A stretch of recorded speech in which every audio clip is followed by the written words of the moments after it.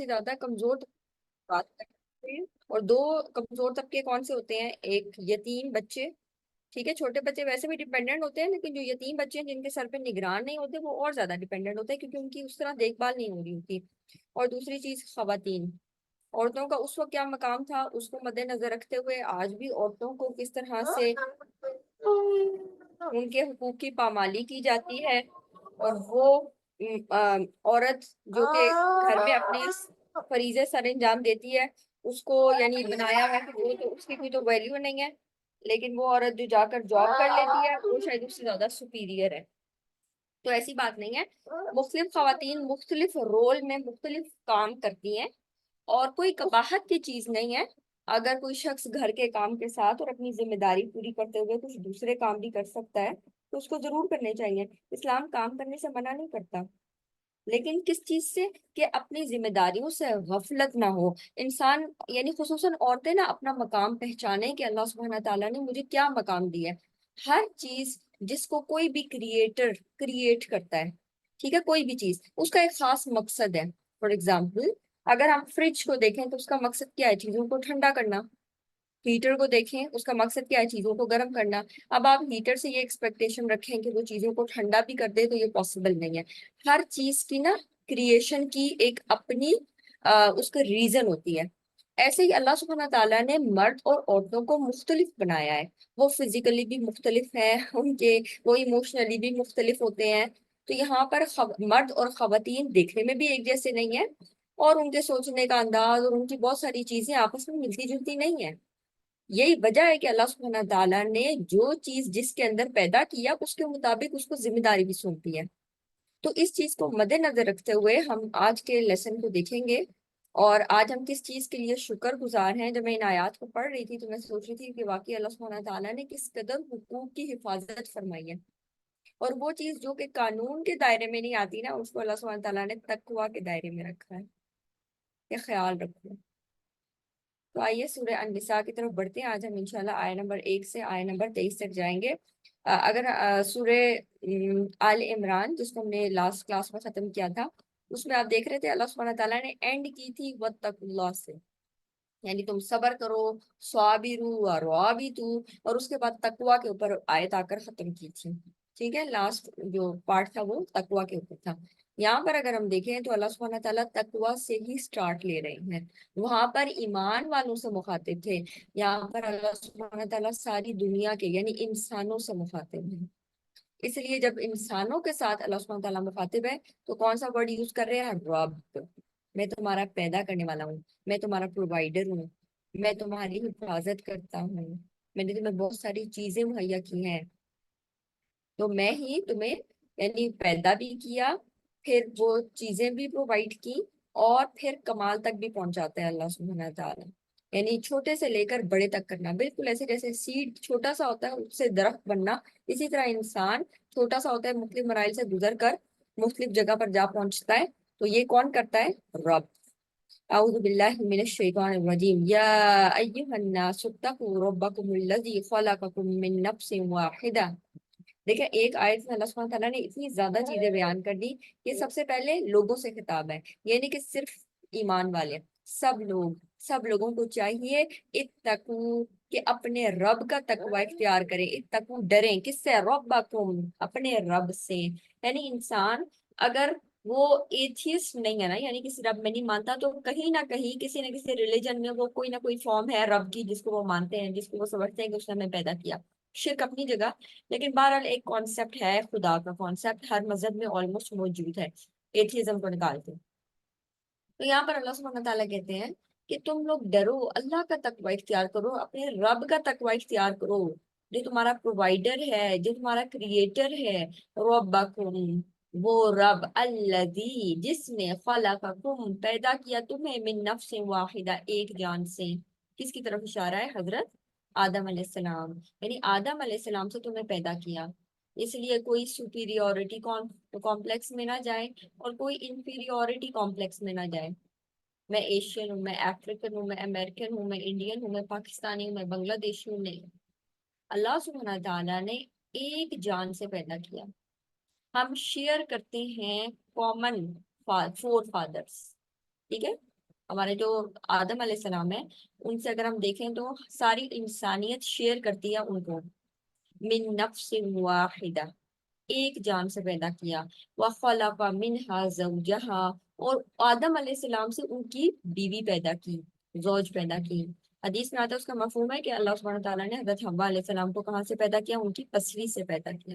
یعنی آدم علیہ السلام کو کریٹ کیا اور حضرت حوا کو ان کی پسلی سے پیدا کیا.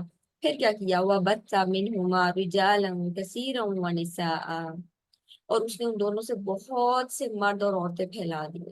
پھر آگے یہ سلسلہ چل نکلا، بنی نو آدم چل پڑی. وَاتَّقُوا اللَّهَ، دوبارہ سے آیا وَاتَّقُوا اللَّهَ، اللہ کا تقوی اختیار کرو. الَّذِي، وہ جو، تساءلون، تم سوال کرتے ہو، بھی ساتھ اس کے، والارحام، رشتہ داری کا. یعنی تم اس کے ذریعے، آپ کو پتہ ہے یہ والی جو آیت ہے یہ نکاح کے موقع پہ بھی پڑھی جاتی ہے. ٹھیک ہے، یہاں پر دیکھیں تقوی کا ذکر آتا ہے، 2 دفعہ تقوی کا ذکر آتا ہے. جب ہم اس خطبے میں دیکھتے ہیں تو نکاح کے خطبے میں اس آیت کو پڑھا جاتا ہے. کیوں؟ جیسے میں آپ کو شروع میں ریزن بتائی نا کہ بہت ساری چیزیں ایسی ہوتی ہیں جو کہ قانون کے دائرے میں آتی ہیں اور قانون کے مطابق اس کے اوپر سزا یا جزا دی جاتی ہے. اور کچھ چیزیں ایسی ہوتی ہیں نا جس کے اوپر قانون کچھ نہیں کہہ سکتا. اس نے مجھ سے غصے میں بات کی، اس نے مجھ سے ایسے بات کی کہ اس کا موڈ آف تھا، یا اس کا موڈ آف تھا بہت، یا اس نے مجھ سے ٹھیک سے بات نہیں کی، یا اس نے میرے ساتھ یہ زیادتی کر دی جس کو آپ قانون کے دائرے میں نہ لا سکیں. لیکن کیا چیز ہے جو اس کو فکس کرے گی؟ وہ 2 ہی چیزیں ہیں جو اس کو فکس کریں گی. نمبر 1 اللہ کا ڈر، اللہ کا تقوی. نمبر 2 آخرت کا خوف. اس لیے یہاں پر تقوی کی بات کر دی گئی کہ اگر ان رشتوں کو اچھی طرح سے قائم رکھنا ہے، بگاڑ سے بچانا ہے، تو کس کے اوپر محنت کرو؟ تقوی کے اوپر. کیونکہ انسان کو جب بھی شکایت ہوتی ہے نا تو وہ کہتا ہے بس دوسری میں ساری خامیاں، اور آئی ایم مسٹر پرفیکٹ یا آئی ایم مس پرفیکٹ، سب خرابیاں دوسرے شخص میں ہیں. تو یہاں پر اللہ سبحانہ وتعالیٰ کہتے ہیں اللہ کا تقوی کرو، کچھ صبر، کچھ برداشت، کچھ حوصلہ، اس کے ساتھ رشتے چلتے ہیں. سورہ تحریم میں بڑی خوبصورتی سے اللہ سبحانہ وتعالیٰ کہتے ہیں وَلْيَعْفُوا وَلْيَصْفَحُوا یغفروا، یعنی آپ معاف کر دیں، آپ درگزر کریں، آپ بخشش کا معاملہ کریں. بہت ساری چیزوں کو فورگو کرنا پڑتا ہے اگر واقعی رشتوں کو قائم رکھنا ہے. ورنہ بگاڑنا ہو تو پھر تو بہت جلدی بگڑ جائیں گے، پھر تو آپ کو چھوٹی سی بات چاہیے بگڑ جائے گا رشتہ.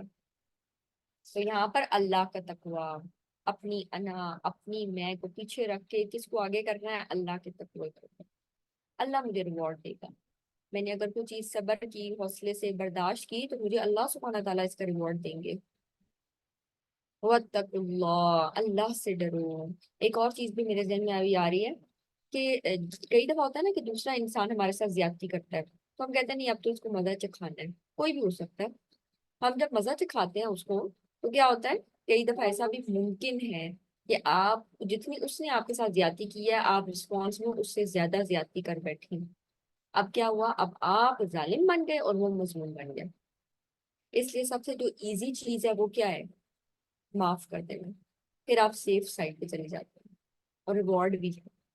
تو واتقوا اللہ، اللہ سے ڈرو. الذی تساءلون به والارحام، کہ تم ایک دوسرے سے سوال کرتے ہو اور رشتہ داری بھی. والارحام، ارحام رحم سے نکلا ہے. وomb کو بھی، ماں کے جو پیٹ میں بچہ دانی ہوتی ہے نا اس کو بھی رحم کہتے ہیں. والارحام، اور اس سے بھی، اس کے بارے میں متعدد احادیث آتی ہیں. یعنی ماں وجہ بنتی ہے نا رشتوں کا، یعنی ماں کے پیٹ سے بچہ پیدا ہو رہا ہے اس کی وجہ سے رشتہ بن رہا ہے ماں کا، باپ کا، دادا کا، دادی کا، پھپھو کا، ماموں کا، اور اس طرح سے یعنی ماں ریزن بن رہی ہے. تو یہاں پر اس وجہ سے والارحام کا ذکر کر دیا گیا رشتہ داری کے کانٹیکسٹ میں. اس کے بارے میں جو احادیث آتی ہیں ان میں سے ایک حدیث کون سی ہے کہ تم میں سے جس شخص کو یہ پسند ہو کہ اس کے رزق میں برکت ہو اور اس کی عمر میں اضافہ ہو، فَلْيَصِلْ رَحِمَهُ، اس کو چاہیے کہ وہ صلہ رحمی کرے. یعنی جس شخص کو یہ پسند ہے کہ اس کے رزق میں برکت ہو، اور سب کو یہ پسند ہوتا ہے کہ اللہ سبحانہ تعالیٰ رزق میں برکت ڈالے، عمر زیادہ کرے، تو یہاں پر اللہ سبحانہ تعالیٰ کیا کہہ رہے ہیں؟ اس کو چاہیے کہ وہ صلہ رحمی کرے. تو صلہ رحمی، اسی طرح اس کے ایک اور حدیث آتی ہے کہ جو قطع رحمی کرنے والا ہے نا وہ جنت میں داخل نہیں ہوگا. اور وہی والی بات ہے کہ صلہ رحمی اقرب رشتہ داروں کے ساتھ وہ زیادہ کاؤنٹ ہوتی ہے نسبتاً اس کے جو دور پار کے رشتہ دار ہیں. قریبی رشتہ دار میں کون کون آئیں گے؟ ماں باپ، بہن بھائی، چچا، ماموں، پھپھو. پھر ان کے اگلے سیکنڈ جو ٹیئر ہے وہ کیا آئے گا؟ ان کی اولاد، آپ کے کزنس. پھر اس سے اگلا، پھر ان کے آگے سے رشتے. تو سب سے پہلے اپنے کلوز رشتے، ان کے ساتھ بھی صلہ رحمی کا معاملہ کرنا چاہیے. اور ایسا نہیں ہوتا کہ ہر ایک کا مزاج آپ کے ساتھ ہو، ملتا جلتا ہو. تو ایسا معاملہ ہونا چاہیے کہ جس سے قطع رحمی نہ ہو. ٹھیک ہے؟ اس میں یہ بھی نہیں کہ آپ ہر ایک کے ساتھ بہت ایکسٹرا آرڈینری رشتہ رکھ رہے ہیں. جن کے ساتھ آپ کی بنتی ہے، جو لوگ آپ کے ساتھ میچ کرتے ہیں، یعنی آپ کی اور ان کے مائنڈ میچ کرتے ہیں، لازمی بات ہے کہ ان کی اور آپ کی دوستی زیادہ ہو جاتی ہے.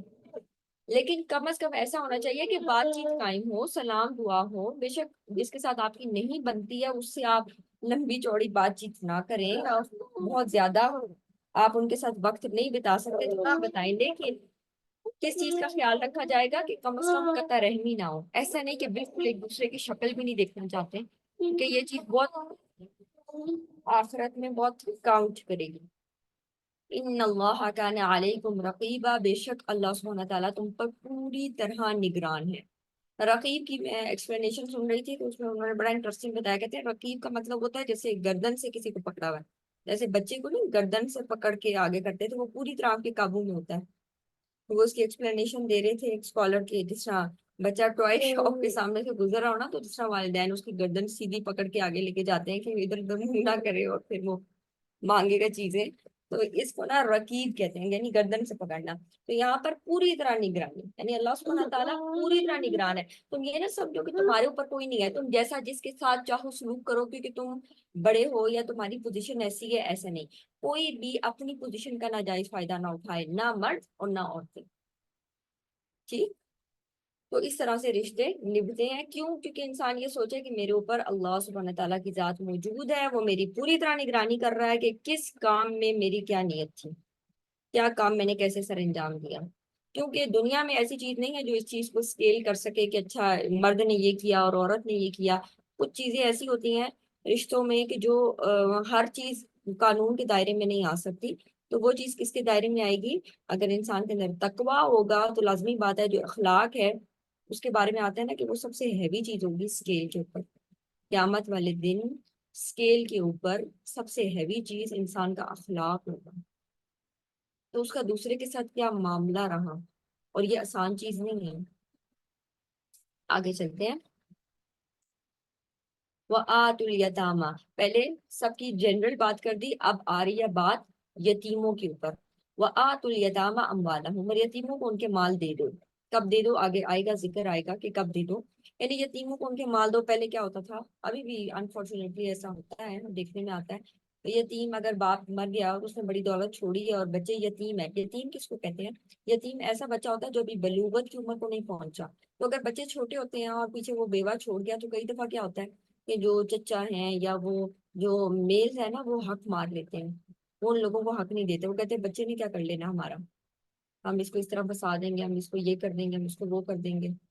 تو وہ آت الیتام، اللہ سبحانہ وتعالیٰ کہتے ہیں یتیموں کو ان کے مال دے دو، ان کے مال ان کے حوالے کر دو، ان کے مال کھا نہ جاؤ. حدیث میں آتا ہے کہ ایک شخص قیامت کے دن آئے گا جس کے منہ سے آگ کے شعلے نکل رہے ہوں گے. تو صحابہ نے پوچھا یہ کون لوگ ہیں؟ تو آپ نے فرمایا کہ یہ وہ لوگ ہیں جنہوں نے یتیموں کا مال کھایا ہوگا. وَلَا تَتَبَدَّلُوا الْخَبِيثَ بِالطَّيِّبِ، نہ ناپاک کو پاک کے بدلے لو. یعنی ایسا بھی نہیں کہ انہوں نے بڑی اچھی چیز چھوڑی ہے، انہوں نے اب چھوڑے ہیں دو گھر فار ایگزامپل، اور ایک جو ہے نا گھر بہت اچھی لوکیشن پہ ہے اور ایک گھر بس کسی ایسی ریموٹ لوکیشن پہ ہے.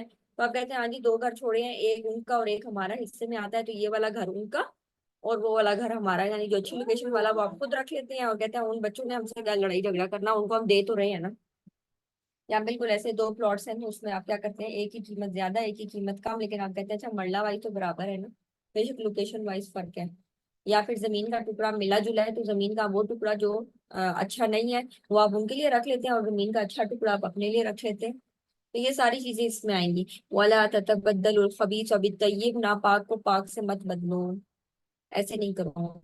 وَلَا تَأْكُلُوا أَمْوَالَهُمْ إِلَىٰ أَمْوَالِكُمْ، اور ان کے مالوں کو اپنے ساتھ مال ملا کر نہ کھاؤ. اس کی نا ریلیکسیشن دے دی گئی تھی آپ نے پیچھے پڑھا تھا نا کہ اگر تم ان کے مال ملا لو تو تم پر کوئی حرج کی بات نہیں، لیکن وہاں پر بھی اللہ کا ڈر رکھو، یعنی کیونکہ یہ پاسبل نہیں ہے نا کہ اگر وہ سیم آپ کے پاس رہتا ہے کوئی یتیم اور آپ کا کھانا اکٹھے بنتا ہے، تو یہ پاسبلٹی نہیں ہے کہ آپ ان کا الگ کھانا بنائیں، اپنے لیے الگ کھانا بنائیں، اور پھر جو ان کو بچ گیا ہے وہ بھی ضائع ہو جائے گا۔ تو یہاں پر کیا ہے، وَلَا تَأْكُلُوا أَمْوَالَهُمْ إِلَىٰ أَمْوَالِكُمْ، ان کے مال آپس میں ملا کر نہ کھاؤ۔ ادھر بڑی اسٹرکٹنیس تھی، لیکن یہاں پر یہ والی آیت منسوخ ہے، اور ناسخ کون سی آیت ہے، وہ پچھلی والی کہ وَإِن تُخَالِطُوهُمْ، اگر تم ان کے مال ملا لو تو تم پر کوئی حرج نہیں ہے۔ تو اللہ سبحانہ تعالیٰ فساد کرنے والوں کو اصلاح کرنے والوں سے بہتر جانتا ہے، یعنی اللہ سبحانہ تعالیٰ جانتا ہے کہ کس کا مال ملانے کا مقصد اصلاح کرنا ہے اور کس کا مال ملانے کا مقصد فساد کرنا ہے۔ تو ان کے مال آپس میں مالوں کے ساتھ نہ ملاؤ، تو صحابہ اس کی ایکسٹرا کیئر کیا کرتے تھے۔ آپ امیجن کیجئے وہاں جہاں پر یہ نہیں کہ گھر میں سارے گیس موجود ہے اور کچن موجود ہے، آپ سوچیں اس زمانے میں الگ الگ کھانا پکانا، اور پھر ان کو یہ نہیں کہ فریج اور ریفریجریٹرز ہیں کہ اس کو محفوظ بھی کر لیا جائے، اور پھر کھانا گل سڑ جاتا تھا لیکن وہ کھاتے نہیں تھے اس آیت کی وجہ سے۔ تو اس وجہ سے تھوڑی ریلیکسیشن دے دی گئی۔ تو یہاں پر وَلَا تَأْكُلُوا أَمْوَالَكُمْ إِلَىٰ أَمْوَالِكُمْ، ان کے مال اپنے مالوں کے ساتھ ملا کر کھانا جاؤ، إِنَّهُ كَانَ حُوبًا كَبِيرًا، یقیناً یہ بہت ہی بڑا گناہ ہے۔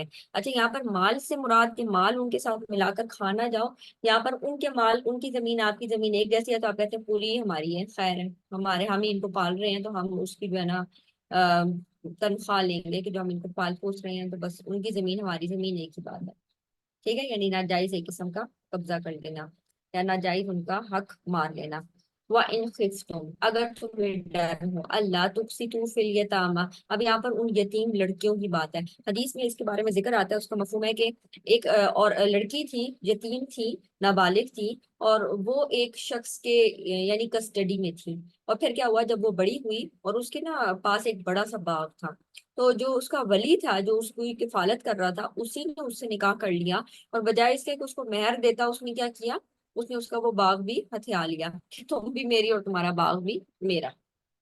تو وَإِنْ خِفْتُمْ، اگر تمہیں ڈر ہو، اللہ تقسطوا کہ تم یتیموں کے حق میں انصاف نہیں کر سکو گے، فَانْکِحُوا تو تم نکاح کر لو، مَا طَابَ لَکُم مِنَ النِّسَاءِ ان عورتوں سے جو تمہیں پسند ہو، یعنی الگ کچھ اور عورتوں سے نکاح کرو، اس یتیم لڑکی کو چھوڑ دو پھر، جس کے بارے میں تمہیں پتہ ہے کہ تم اس کے ساتھ انصاف نہیں کر سکو گے، اس کا مال ہتھیا لو گے، تو ان سے نکاح کرنے کی اجازت نہیں دی گئی۔ فَانْکِحُوا مَا طَابَ لَکُم مِنَ النِّسَاءِ تو تم دوسری عورتوں سے نکاح کرو جو تمہیں پسند ہو، مثلا اب یہاں پر ریزن بتا دی گئی، بلکہ یہاں پر لمٹ بتا دی گئی ہے کہ کتنی عورتوں سے نکاح کرنا جائز ہے۔ من النساء عورتوں میں سے مثنا دو سے بھی کر سکتے ہو، وثلاثا تین سے بھی کر سکتے ہو، ورباع اور چار سے بھی کر سکتے ہو، یعنی میکسیمم کیا نمبر رکھ سکتے ہو، چار، چار عورتوں سے نکاح کرنا ایٹ اے ٹائم جائز ہے، اس سے زیادہ نہیں کر سکتے۔ پیچھے کیا کنڈیشن آ رہی ہے، ایک ساتھ اگین، فَإِنْ خِفْتُمْ آگے پھر دوبارہ یہی بات، فَإِنْ خِفْتُمْ لیکن اگر تمہیں ڈر ہے، اللہ تعدلوا کہ تم عدل نہیں کر سکو گے، فواحدۃ تو بس ایک ہی عورت سے شادی کرو۔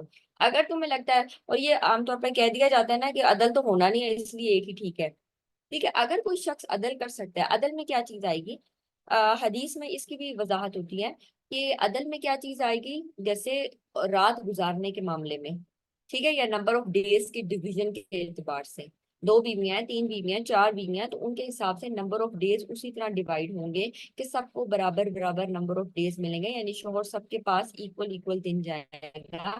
نمبر ٹو، جیسے اس نے اس عورت کو چیزیں مہیا کی ہوئی ہیں، اس کو گھر اور گاڑی لے کے دی ہے، تو ان سب کے لیے بھی یہ چیزیں پرووائڈ کریں، یہ نہیں کہ ایک کو تو دی ہے کیونکہ یہ پہلی ہے اور باقیوں کو نہیں دی گئی کیونکہ وہ دوسری اور تیسری ہے، تو ایک کو پرووائڈ کیا ہے دوسرے کے بھی پرووائڈ کرے، ایک کو نان نفقہ دیتا ہے دوسرے کو بھی دے۔ ہاں ایک چیز جس میں ریلیکسیشن ہے وہ کیا ہے، دل کا ملان، ٹھیک ہے، کسی بیوی سے زیادہ محبت ہے آپ کو، کوئی بیوی آپ کو زیادہ پسند ہے، تو اس کے بارے میں پوچھ گچھ نہیں ہوگی، ٹھیک ہے، اس پر مواخذہ نہیں ہوگا، کیونکہ یہ ایک ایسی چیز ہے جس میں اختیار نہیں ہوتا انسان کا، ٹھیک ہے، باقی جو اختیاری چیزیں ہیں نا، گھر کا دینا یا دوسرے مال کا دینا یا دوسری چیزوں کا دینا، رات کو گزارنا، یہ ساری چیزیں وہ ہیں جس میں انسان کا اختیار ہوتا ہے، تو اس معاملے میں انسان عدل سے کام لے، جو شوہر ہے وہ عدل سے کام لے، اور باقی چیزوں کے معاملے میں جسے کوئی زیادہ پسند ہے تو پھر کیا کرے، اس کے بارے میں اللہ سبحانہ تعالیٰ اس کے درگزر فرمائیں گے انشاءاللہ۔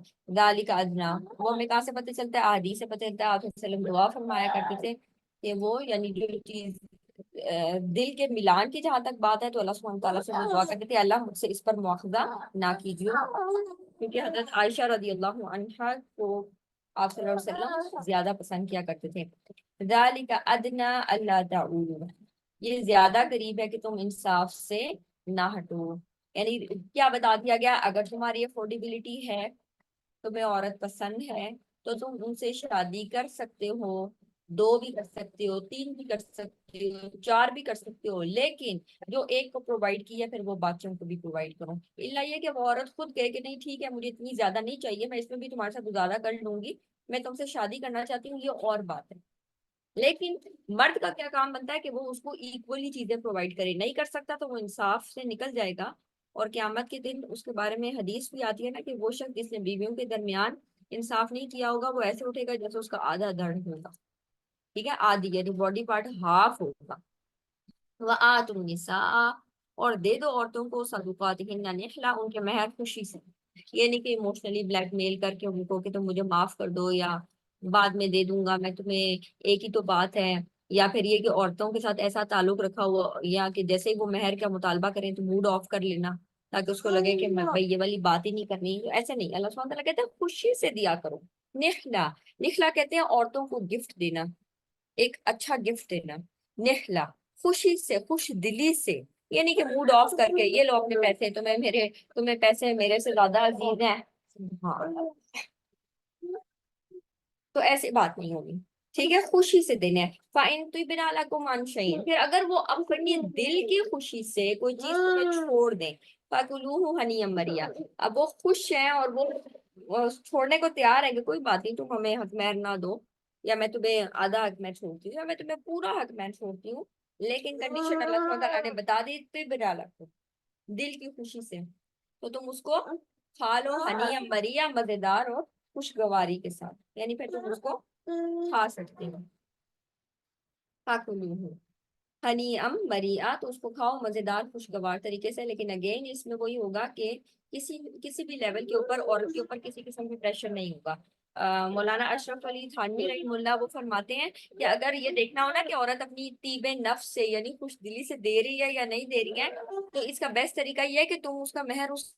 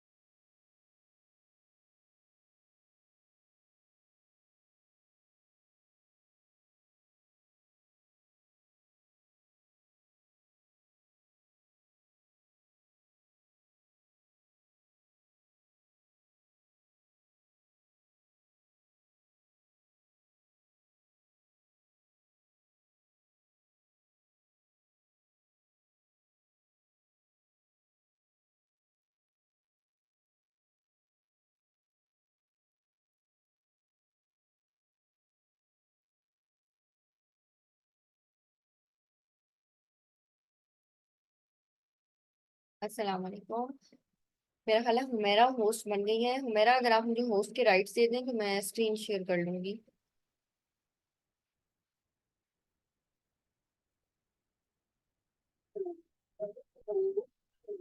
جی ٹیچر کرتے ہیں.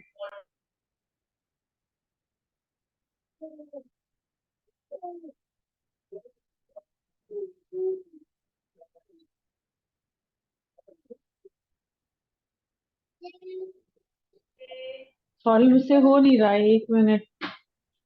کیسے کرنا ہے؟ سوری میں بھول گئی.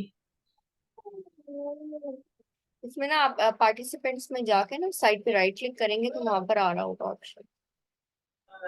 جی اچھا ٹھیک ہے.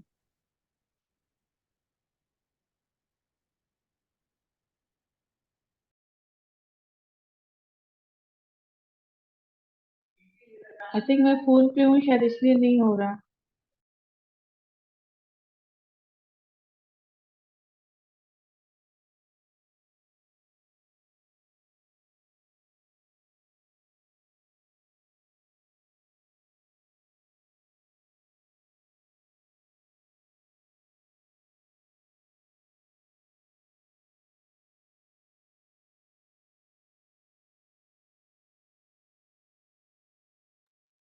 سوری ٹیچر نہیں ہو رہا.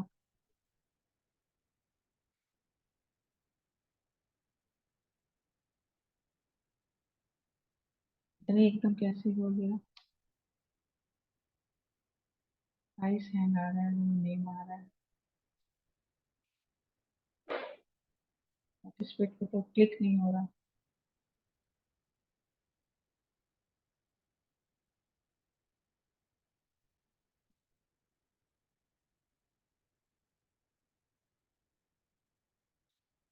میں ری جوائن کرتی ہوں، شاید ٹھیک ہو جی جائے گا. جی